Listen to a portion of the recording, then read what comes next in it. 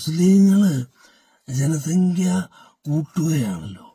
അതായത് ഇവർ പ്രസവിച്ച് ഈ ഇന്ത്യ മഹാരാജ്യത്തിൻ്റെ മൊത്തം ഭരണം പിടിക്കാനുള്ള തരത്തിലേക്കാണ് ഈ മുസ്ലിങ്ങളുടെ പോക്ക്.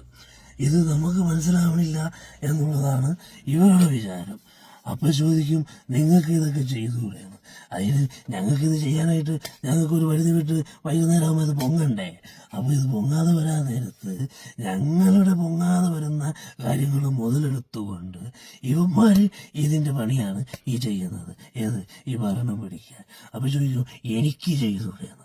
ഞാൻ ഈ സമയത്തൊക്കെ എന്താണെന്ന് വെച്ചാൽ ഈ മുന്തിരിയിൽ നിന്നും കള്ളുണ്ടാക്കുക, കപ്പയിൽ നിന്നും കള്ളുണ്ടാക്കുക, ഇങ്ങനെയുള്ള പരിപാടിയൊക്കെ ആയിട്ട് നടക്കുകയായിരുന്നു.